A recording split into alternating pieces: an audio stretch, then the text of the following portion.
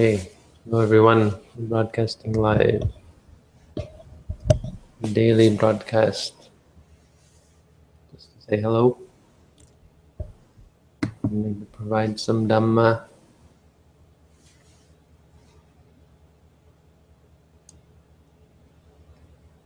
Do you have any Dhamma for us today, Robin? There's no Dhamma, but it is Thanksgiving in the United States, so everyone is asleep after eating all their turkey, I think. I had 3 people that wished me happy Thanksgiving today, and I don't know if it was the right thing to say, but I said we don't have Thanksgiving in Canada, or we had it last month. Certainly, I mean, not that it would mean anything to me anyway, probably, but still, I think it's kind of funny that people are wishing us Thanksgiving. If I was in America, I guess it would be proper, right? Yeah, Thanksgiving in America is one of those holidays that's not controversial. There's so much ridiculous controversy with other holidays, like Donald Trump is all up in arms. Wait, you don't think Thanksgiving has any controversy associated with it? Well, no. Okay, let me step back on that. Of course, it does because of the Native American thing. But I was just thinking of, the more political type of things, like Donald Trump was up in arms because Starbucks has a plain red cup for their holiday cup this year. It doesn't say Merry Christmas or Happy Holidays or anything like that. And he was actually kind of going on and on about it, how it was such a terrible thing. And when he's president, everyone's going to say Merry Christmas. So it gets kind of ridiculous with holidays. But Thanksgiving, other than the whole Native American thing, is a pretty mild holiday where everybody's celebrating the same thing, more or less. And I imagine the First Nations people would disagree with you on that one. I think so too. I think that's not the very pleasant. I mean, the idea of Thanksgiving is pretty awesome. It's just how it arose, I think, or what it's associated with. It's somehow being thankful for having taken over some other people's land, really invaded. It's a celebration of an invasion of a, I mean, not quite invasion, because people here didn't have the idea of land ownership, but really invasion. An invasion like an invasive species that just comes and by force and by sheer inertia steamrollers over another culture and people. I mean, to passively wipe out another species to me doesn't seem problematic. Like if it's just they eventually just naturally became the dominant group, But that's not really how it happened. There was forced conversion and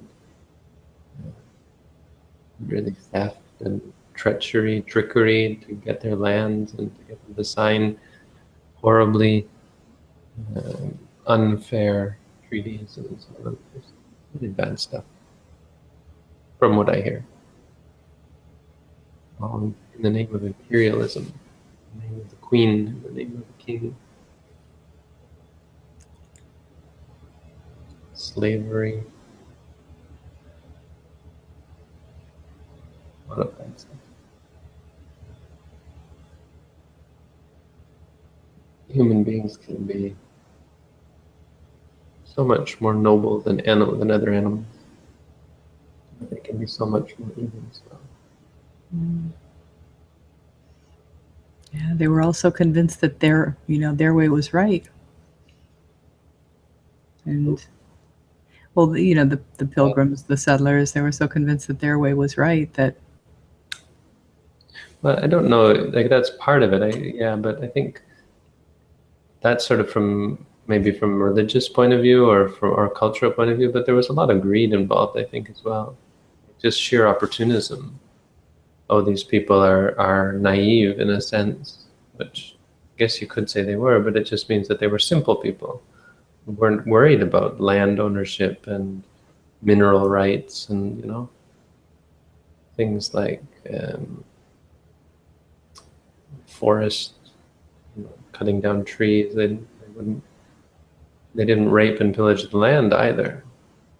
And so when people came and saw all these natural resources that were maybe starting to run short in Europe, I don't know, but were harder to get at. But gold and whatever, this land.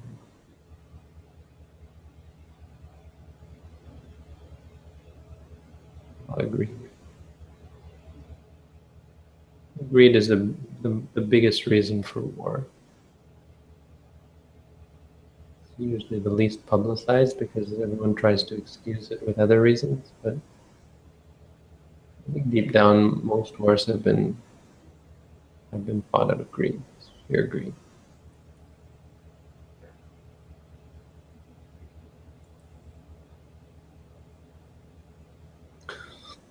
So, on that pleasant note. So I guess Thanksgiving is a little more controversial than I was thinking. I think so. I mean, the concept is awesome, as I said. It's just, it used to be called Columbus Day, didn't it? Or is that a different day? That's a different day. Different day. You've got a day that celebrates this horrible, horrible person. Well, maybe not horrible, but pretty bad. Well, the day that we have as Columbus Day, I believe, is the Canadian Thanksgiving. Oh, right. But our Thanksgiving is a month later. Yeah, you celebrate the guy who, I mean, he was an opportunist apparently, just coming looking for gold. And he thought he'd reached India, so that's why he called them Indians. Anyway, this is very skirting the edge of what is not Dhamma, so better jump back in and see what do we have any. The quote is kind of neat. Talks about grasping and worry. Yeah, so we have the 5 aggregates, and that's what we cling to. Any clinging is always done to one of the 5 or a combination of 5 concepts that have arisen based on the 5 aggregates. So we cling to the body, and when it changes, we worry. It upsets us, it disturbs us. Not just the body, but other physical forms as well. Our belongings, our possessions. My robe, these little ties on the end of the robe. These little ties here. And one of them up here ripped yesterday, or ripped out. Just sew it back. That didn't upset me. That wasn't a big deal. It's easy to get upset. So I remember, I think when I first got this robe, like a few days later, it got some stain on it or something. Yeah. When I got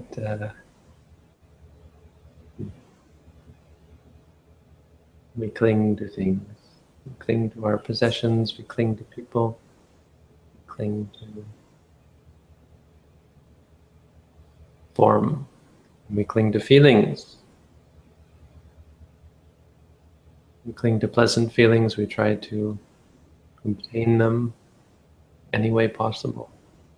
And we're constantly on guard against painful feelings. Often specific painful feelings. So if someone has maybe a bad back, then they're constantly worried about, not constantly, but again and again and again.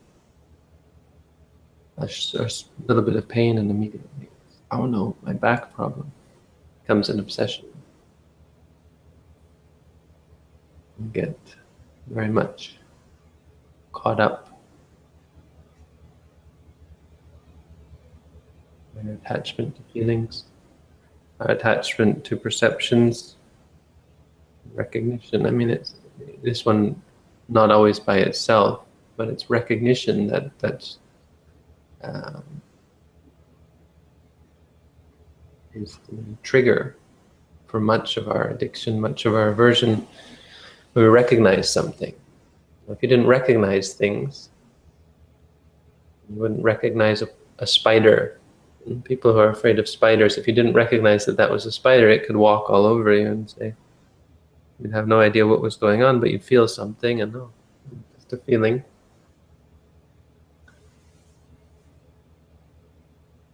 If it weren't for recognition, if it weren't for our perceptions of things, we couldn't give rise to liking or disliking, because we couldn't associate. You see a piece of cheesecake and you associate it with cheesecake. You associate it with tastes and textures and feelings. And so it makes you feel happy just to see it. But if you didn't know what it was, you couldn't recognize it. So recognition is actually quite neutral.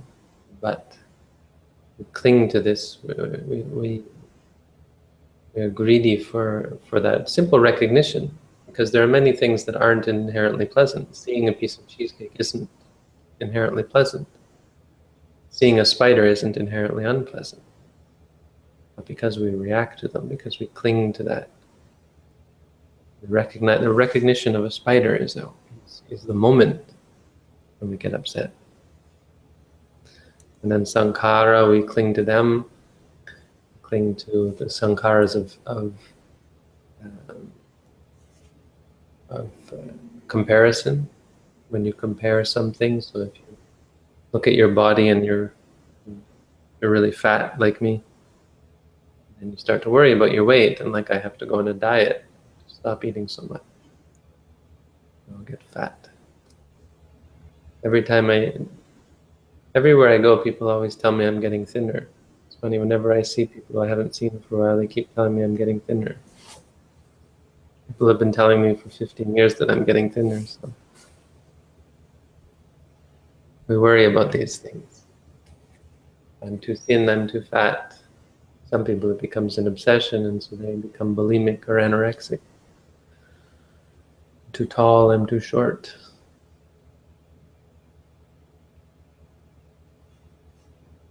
We cling to our thoughts about things. We cling to our emotions. I'm depressed, and then I identify with it.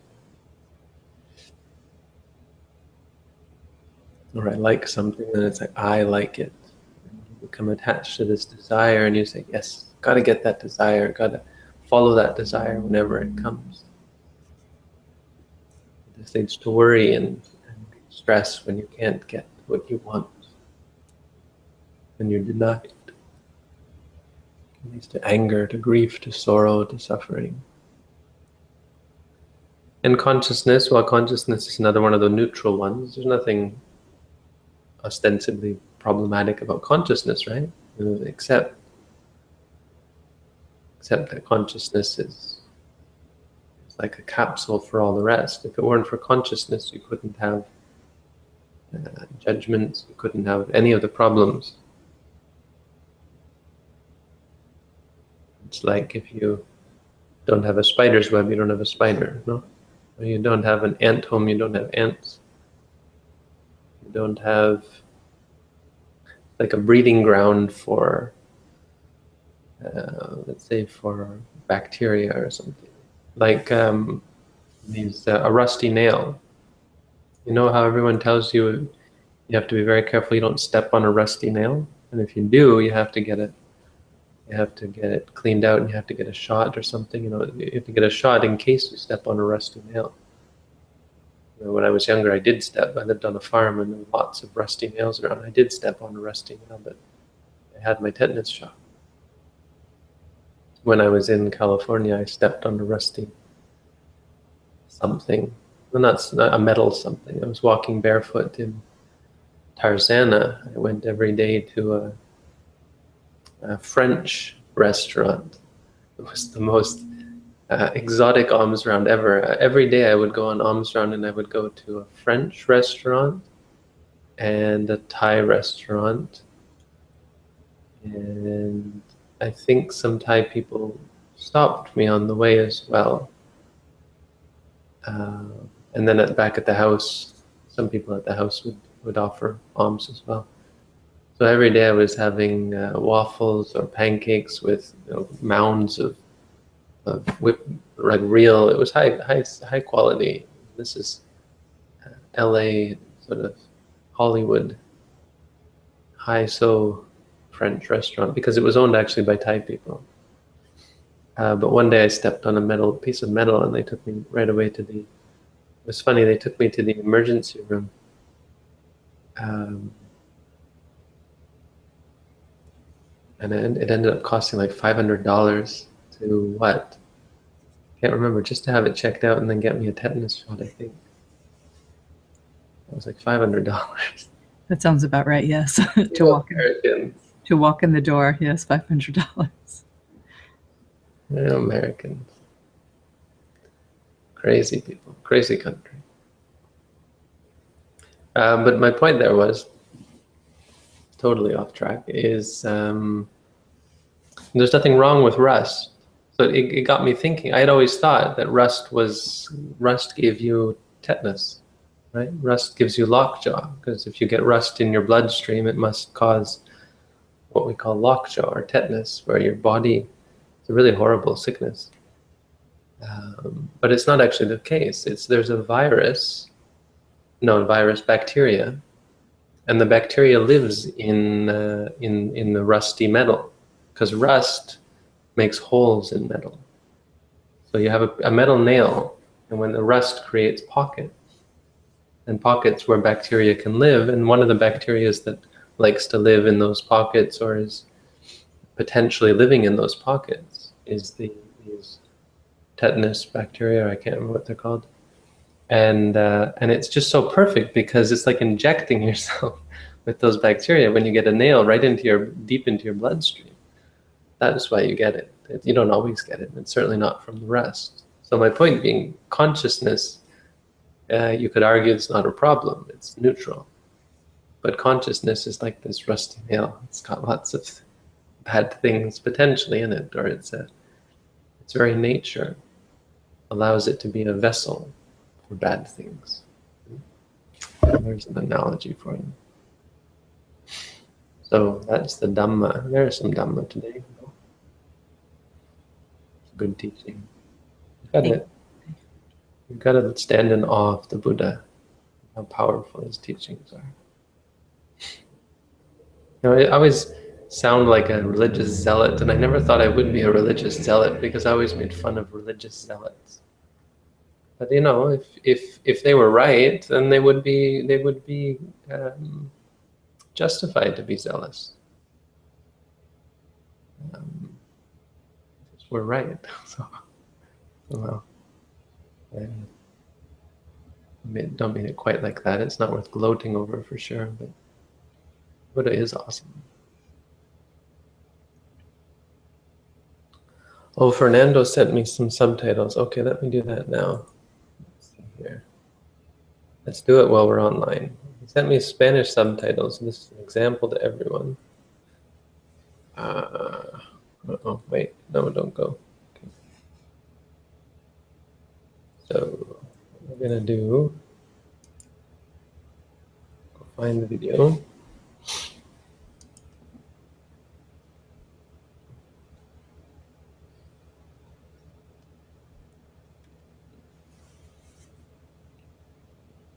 We've still got this old series on how to meditate.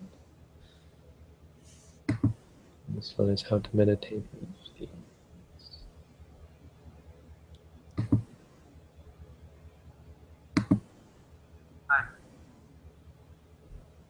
We should really redo these videos again, no? How many years old already? Set video language. Which language? English. English or English UK? That's funny. There's three language choices. English and English United Kingdom and French Canada. Why is America the default English now? The British aren't English enough? Is this through Google? Yeah. English United Kingdom, that's the default. Okay, so we've already published several. I remember I did a thing back in the day where I got people to send me subtitles. So we've got English, Indonesian, Portuguese, Swedish, and Vietnamese. So I'm going to add Fernando's Spanish subtitles. Download them. Save them. How do you access these, Monte? Are these on your channel as well? You go to CC, I think. Oh, okay. Okay, so we've got Spanish, Spanish Latin American, Spanish Mexico, and Spanish Spain. Fernando's from Spain, I think, right? So they're going to say. I think Fernando's from Mexico. Oh, no. Is Fernando there? Fernando, which country is it? Well, per the flags on the meditation site, Mexico. Well, which language are you using? Spanish Spain or Spanish Mexican? They're not that different, are they? I don't know. Most people in my area that speak Spanish are from Puerto Rico. About 35% of the people in my town are from Puerto Rico, and that's a little different as well.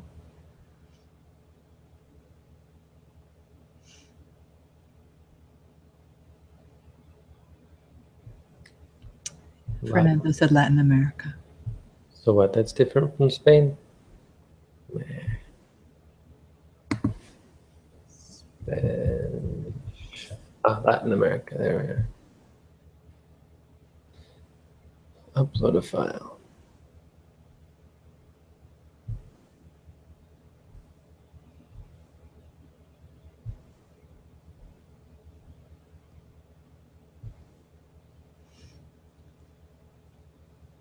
Hola, bienvenidos a esta serie de videos acerca de cómo meditar. En este primer video hablaré acerca de cuál es el significado de la palabra meditación. En primer lugar, la palabra meditación puede,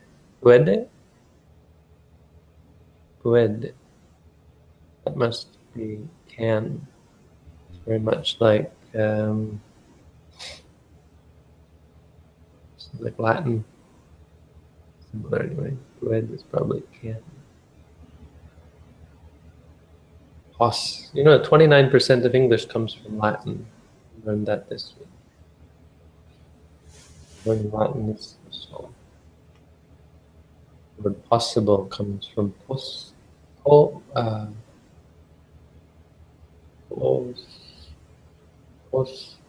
and sumus. Sum is.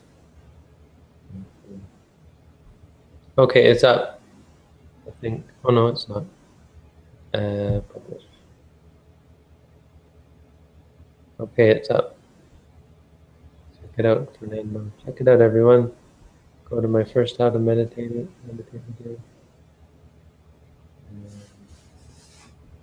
How to change your language. Spanish. Hola, bienvenidos. Hi, and welcome to this series of videos Oh. on how to meditate.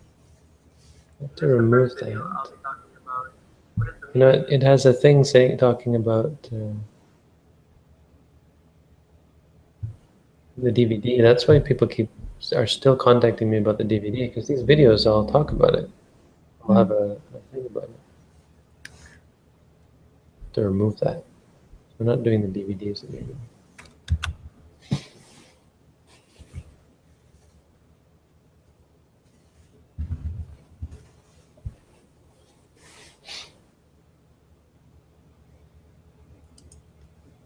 I think the website may mention the DVD as well. Mm-hmm. So. Should get rid of it. Yeah. It also mentions about the downloading on a BitTorrent. Is that still? I don't know. Is that still current? We can get rid of it. It's all on YouTube. That's good enough. Who needs a DVD? Mm.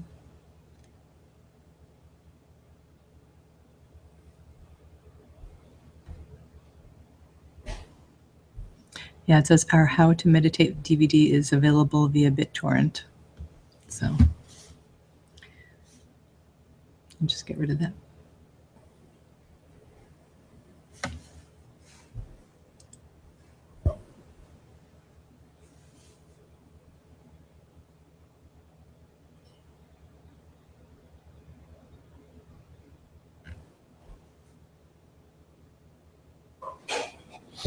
Okay, so how are we doing?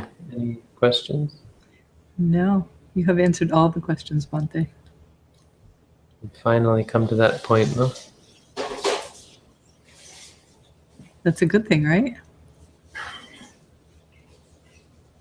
It's a good thing. That's fine.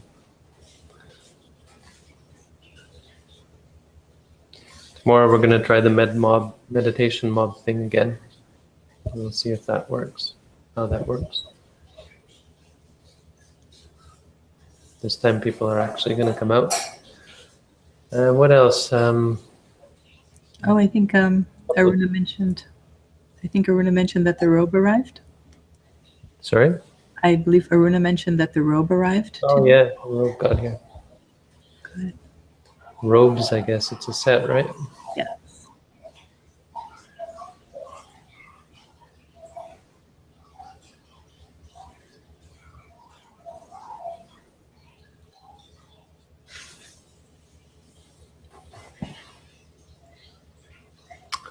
Okay, well, I'm going to go then. Thank you all for coming out, for tuning in, for practicing with us. Big, long list of people. Have a good night. And thank you, Robin, for joining me. Thank you, Bhante. Be well, everyone.